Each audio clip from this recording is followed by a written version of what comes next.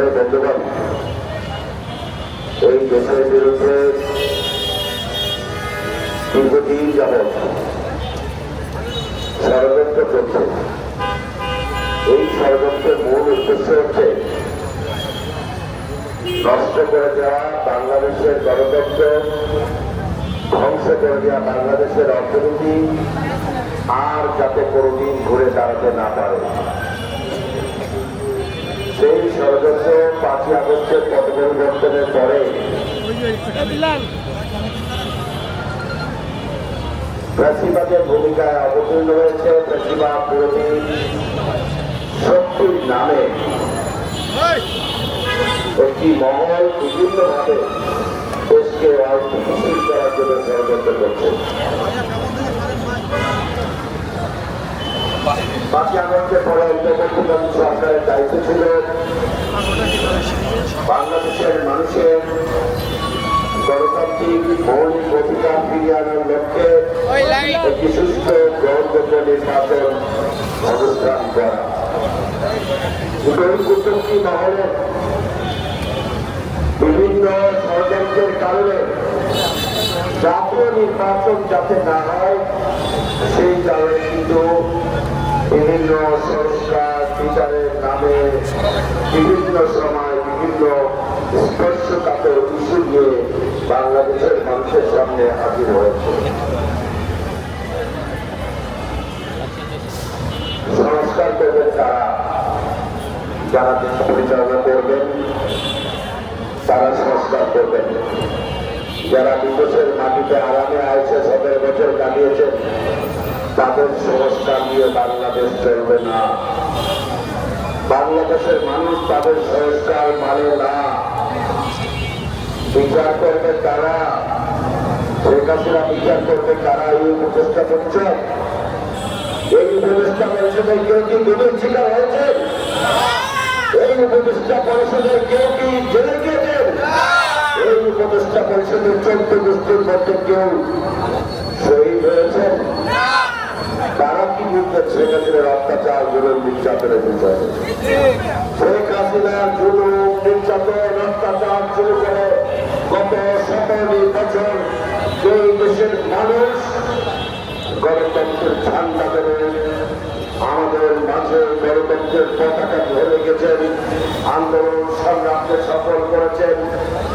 তারাই বুঝবেন এই দেশের মানুষের প্রকৃত চাওয়া পাওয়া কি।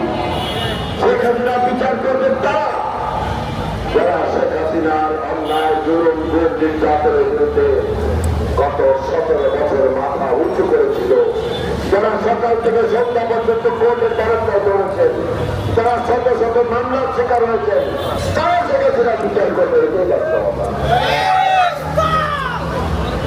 আজকে জাতীয় নির্বাচনের আগে এই যে ঐক্যবদ্ধ কমিশনের নামে 9টি মাস শুধুমাত্র কালক্ষেপণ করা হয়েছে।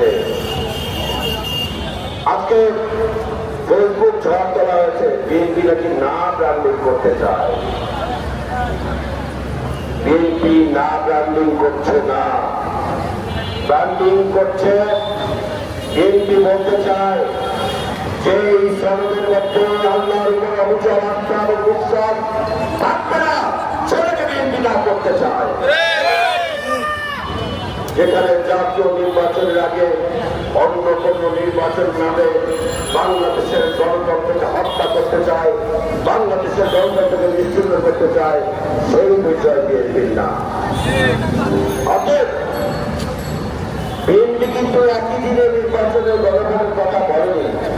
যখন মতপার্থক্য তৈরি হয়েছিল ঐক্যমত্য কমিশনে, সেখানে যখন বিভিন্ন দল বিভিন্ন বক্তব্য আসছিল, ঠিক সেই সময় এই ঐক্যমত্য কমিশনের প্রধান রিয়াজ সাহেব বলেছিলেন, আমাদের কিছু এক্সপার্ট আছেন, এক্সপার্টরা বলেছেন যে গণভোট এবং জাতীয় নির্বাচন একই দিনে করার জন্য। তখন বিএনপি তার বক্তব্য থেকে সরে এসে তাদের সঙ্গে একমত পোষণ করেছেন। তার মানে বিএনপি গণভোটের পক্ষে। কিন্তু যেই দেশে ব্যাংকের থেকে নিজের টাকা নিজের জমানো টাকা 5,000 10,000 টাকা ব্যাংক থেকে মানুষ উত্তোলন করতে পারে না, সেই দিকে 3 মাসের মাথায় প্রতি নির্বাচন করা অবাস্তব এবং পাগলের দেওয়া। অতএব যারা মনে করেন গণভোটের প্রয়োজন আছে, ঐক্যবদ্ধ কমিশনের সেই সিদ্ধান্ত থেকে তারা সরে যে প্রমাণ করতে চেয়েছেন, তারা ঐক্যবদ্ধের নামে জোর করে কাছাকাছি আচরণ চাপিয়ে দিতে চায় রাজনৈতিক আন্দোলনের মধ্যে। এই ঐক্যবদ্ধ কমিশন যে বক্তব্য রেখেছেন, তাদের বক্তব্য অনুযায়ী রাজনৈতিক দলগুলোর মতামত অনুযায়ী একই দিনে জাতীয় নির্বাচন এবং গণভোটের আয়োজন করতে হবে।